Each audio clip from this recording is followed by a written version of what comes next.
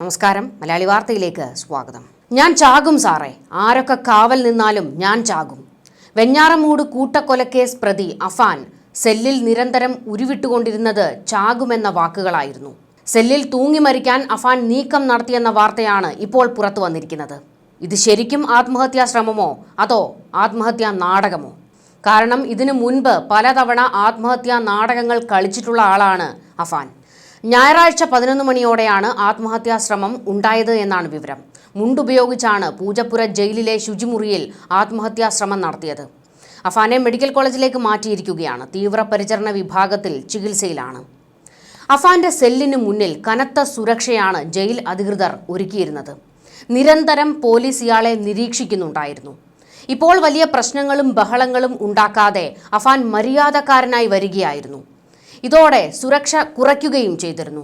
ഈ തക്കത്തിലാണ് അഫാൻ ആത്മഹത്യാ ശ്രമം നടത്തിയിരിക്കുന്നത്. പോലീസിനെ വല്ലാത്ത പൊല്ലാപ്പിലേക്കാണ് അഫാൻ തള്ളിയിട്ടിരിക്കുന്നത്. ജയിൽ അധികൃതരെ വീണ്ടും കബളിപ്പിക്കുകയാണ്.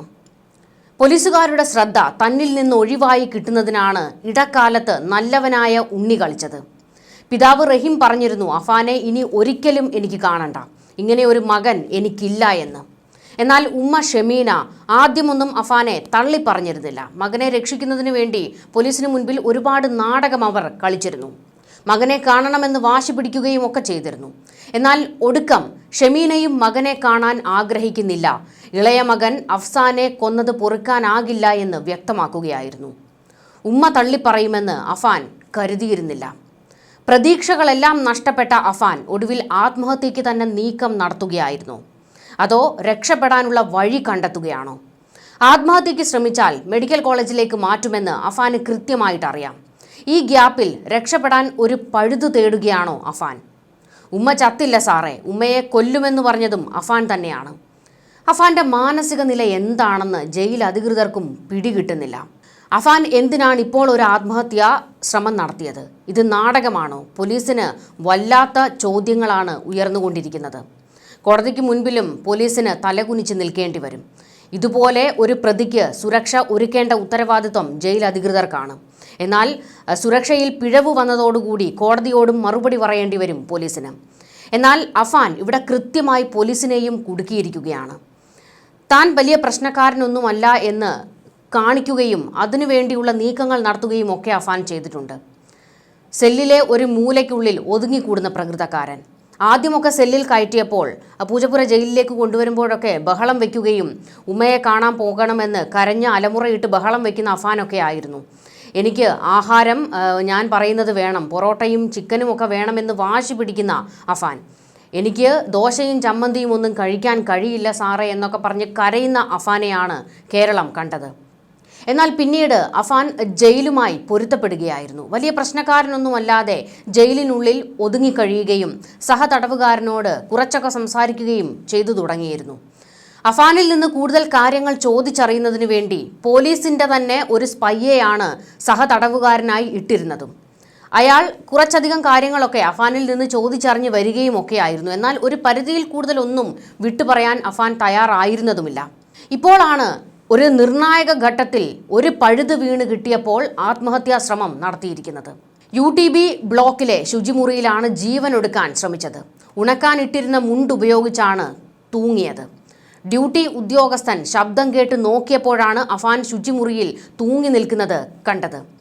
ഒപ്പമുണ്ടായിരുന്ന തടവുകാരൻ ഫോൺ ചെയ്യാൻ പോയ തക്കം നോക്കിയാണ് അഫാൻ ഈ കളി കളിച്ചിരിക്കുന്നത്.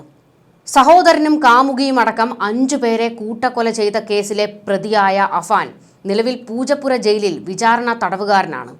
23 വയസ്സ് മാത്രം പ്രായമുള്ള അഫാന്റേത് അസാധാരണമായ പെരുമാറ്റമാണെന്നായിരുന്നു കൊലപാതകത്തിന് ശേഷം അഫാനോട് സംസാരിച്ച പോലീസിന്റെയും പരിശോധിച്ച ഡോക്ടർമാരുടെയും വിലയിരുത്തൽ. താനും ജീവനൊടുക്കുമെന്ന് അഫാൻ നേരത്തെ ചോദ്യം ചെയ്യൽ വേളയിലും ആവർത്തിച്ചു പറഞ്ഞിരുന്നു. ഈ സാഹചര്യത്തിലാണ് അഫാനെ പ്രത്യേക നിരീക്ഷണമുള്ള UTB ബ്ലോക്കിൽ താമസിപ്പിച്ചതും ഒപ്പം മറ്റൊരാളെയും താമസിപ്പിച്ചത്. തുടക്കത്തിലൊക്കെ കടുത്ത മാനസിക സമ്മർദ്ദം അഫാൻ അനുഭവിച്ചിരുന്നു. അത് പ്രകടമാക്കുകയും ഒക്കെ ചെയ്തിരുന്നു. ഇത് തിരിച്ചറിഞ്ഞുള്ള സുരക്ഷാ ക്രമീകരണമോ നിരീക്ഷണമോ അഫാന് ഇപ്പോൾ ഉണ്ടായിരുന്നില്ല എന്നുള്ളത് വലിയ ഒരു പിഴവാണ് ജയിൽ അധികൃതരുടെ ഭാഗത്ത് നിന്നുണ്ടായിരിക്കുന്നത്. കോടതിയിൽ ഇതിൽ ചോദ്യം ഉയരുമെന്നുള്ളത് ഉറപ്പാണ്. അഫാന്റേത് ആത്മഹത്യാ നാടകമാണെന്ന് ജയിൽ അധികൃതർ പോലും സംശയിക്കുന്നുണ്ട്. കാരണം ഇതിനു മുൻപും പോലീസ് തന്നെ കണ്ടെത്തിയതാണ് അഫാൻ ആത്മഹത്യാ നാടകങ്ങൾ പലതവണ നടത്തിയിട്ടുള്ളത്. ആത്മഹത്യ ചെയ്യാൻ തുനിഞ്ഞിറങ്ങുന്ന ഒരാൾ അതിനുവേണ്ടിയുള്ള നീക്കങ്ങളല്ലേ നടത്തുക. എന്നാൽ അഫാൻ പലപ്പോഴും ആത്മഹത്യാ ശ്രമങ്ങൾ നടത്തിയപ്പോഴൊക്കെ ജീവൻ രക്ഷിക്കുന്നതിന് വേണ്ടിയിട്ടുള്ള രീതിയിലുള്ള ആത്മഹത്യാ ശ്രമങ്ങളാണ് നടത്തിയിട്ടുള്ളത്. വീട്ടുകാരെ ഭയപ്പെടുത്തുന്നതിനു വേണ്ടിയും സ്വന്തം കാര്യങ്ങൾ നേടിയെടുക്കുന്നതിനു വേണ്ടിയുമൊക്കെ ആത്മഹത്യാ നാടകങ്ങൾ നടത്തിയിട്ടുള്ള ആളാണ് അഫാൻ. ഒരു 23 വയസ്സുകാരൻ കുടുംബത്തിലെ 4 പേരെയാണ് നിഷ്കരുണം കൊലപ്പെടുത്തിയത്. ഒപ്പം കാമുകിയെയും ചേർത്ത് 5 പേരെ ഒരു കൈവിറയൽ പോലും ഇല്ലാതെ തീർത്തുകെട്ടി.